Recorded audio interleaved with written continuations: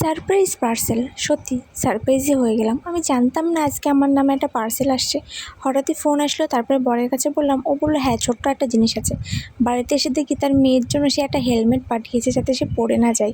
সবে বসতে শিখেছে, আর কদিন পর হামা দিতে শিখবে, তখন তো দিন রাত পড়ে যাবে না। তার ছোট্ট মাথায় যাতে আঘাত না লাগে তার জন্য এটা।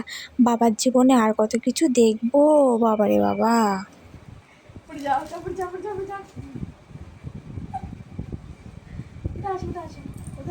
ওর মাথায় এমনি ঘামে আর ওই পড়লি একটা মুভির মনে হয়েছে।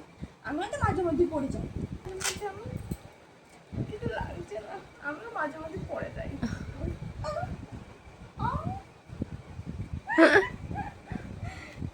শ্রীনিধির বাপের আমার জন্য কোনো চিন্তা নেই, মেয়ের জন্য প্রচুর চিন্তা। এইসবগুলো কিনে দিয়েছে, এইসবগুলো।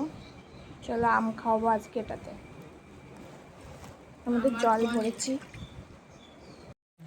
আমাদের ইন্ডিপেন্ডেন্ট ওম্যান একা। সেই স্বাদ, সেই স্বাদ, সেই স্বাদ। মা মেয়েতে মিলে আম চুষে চুষে খেয়ে নিলাম, সেই স্বাদ, সেই স্বাদ। আমাদের